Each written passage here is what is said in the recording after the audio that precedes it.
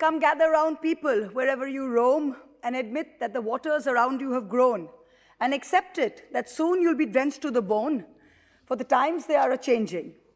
Honorable Chairperson, sir, my esteemed colleagues, it is probably the first time that Bob Dylan has been quoted in this august house, but in these changing times, popular culture can sometimes do what great poetry and great prose can't, that is to strike a chord. It is unlikely that in this myopic environment of a Hindi, Hindu, and Hindutva-driven environment, that most people will have listened to Dylan. So let me again begin by repeating that the times are indeed a-changing.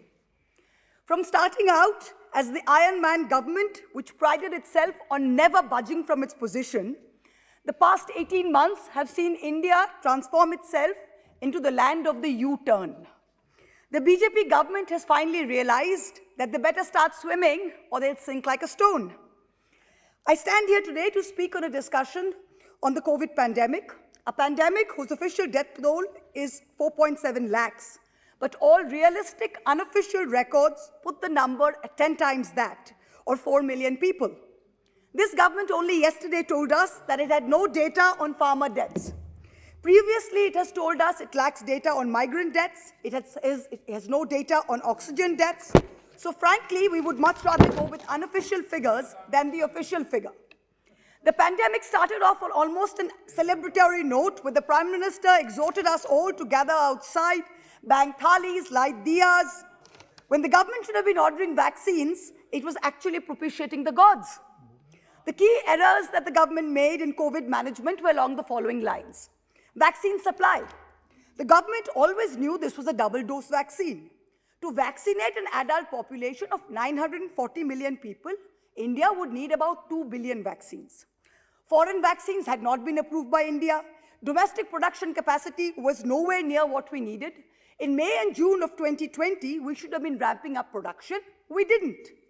When the UK, the US, and the EU were investing in vaccines which had not yet been cleared and placing advance orders, these were high-risk investments, obviously. But India didn't make these investments, so they didn't get advance allotments, so we had a supply crunch. Halfway through the year, in May, June, the government said we would have 900 million vaccines by year-end. But when they went to the Supreme Court and placed an affidavit, they said they would have only 500 million. I'm very glad today that this government has vaccinated 1 billion people, but 1 billion doses. But that is not due to the government. It is due to the fact that Covishield alone has ramped up production to 240 million doses a month. The next error was in the field of the rate of vaccination. The government claimed it would fully vaccinate all adults by year-end 2021. However, as of today, we have given a double dose to only 48% of the adult population, which is not even half, and a single dose to about 83% of adults. To reach this target by year-end, that is another 20 days, we would have to vaccinate 18, 19 million people a day. Today, we are doing only 9 million people a day. What is the problem in increasing double dose coverage? You know what the problem is? Because when we took down the names of people who were getting the first dose, we took only their phone numbers. The government didn't take their addresses. Now we have a vast rural population, urban slums, migrant labor. So when, with the harvest season going on and poor rural connectivity, you're trying to contact these people to chase up on double dosage, we're not getting much success. So we need physical teams to go house to house. In India, now we are busy playing catch-up. There is complete silence on third booster shots for the vulnerable, as well as vaccines for children and under 18s. There's a battle outside and it's raging. It'll soon shake your windows and rattle your walls, for the times they are a-changing. These changing times caused the government to do 3 rapid U-turns in vaccine policy. The government's original vaccine policy required people under 45 to pay for their vaccines. The Supreme Court called this arbitrary and irrational, and it also breached the fundamental rights of Indians, Article 14, Article 21. The center first said states should pay more than the center, then they backed down. Then they first said that private hospitals have the right to fix prices, then they backed down. The line it is drawn, the curse it is cast. The second wave of the pandemic laid bare how grossly unequipped our healthcare systems were. When several factors were responsible for the pandemic, not all of which can be blamed on the government, an easily preventable dimension of this was that oxygen shortage should never have happened in India. Independent researchers have documented that between April and May 2021, over 700 patients died due to oxygen shortage alone. In early April, it was clear we had a problem. I have 2 minutes more, sir. 2 minutes, sir. Already. 2 minutes, please, sir. Please, within 1 minute Please, now. please, sir. 2 minutes. 2 minutes. Parties asked you.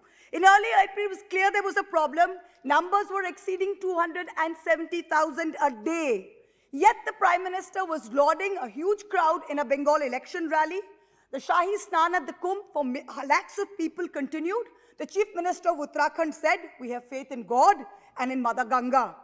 Let me point out a very brief timeline of who said what. 27 January 2021, World Economic Forum Davos. Honorable Prime Minister declares India has succeeded in containing corona effectively. 21st February 2021, the BJP passes a resolution glorifying the Prime Minister and stating that India has defeated corona solely due to him. 7th March 2021, the Health Minister says we are in the end game of the COVID-19 pandemic in India. And then Parul Khakkar says, Dekh lapto ko fiddle bajaye, wahare billa Ganga, sahib tere Ram Raj mein, shab vahini Ganga. The majoritarian narrative that this government was propagating through its intermediaries and via its power is slowly but surely disintegrating. The first of these is the office of the PMO. In a democracy, one should be able to fairly criticize the highest elected office. Sir, this is not fair, sir. Janardhan Singh, sir, got 9 minutes. Please, Tejasvi got 9 minutes, sir. Please let me finish. 6 minutes now. Today I stand... Bhola Singh ji. No, sir, please let me finish. This is not fair, sir. Sir, this is not fair. धन्यवाद सभापति महोदय.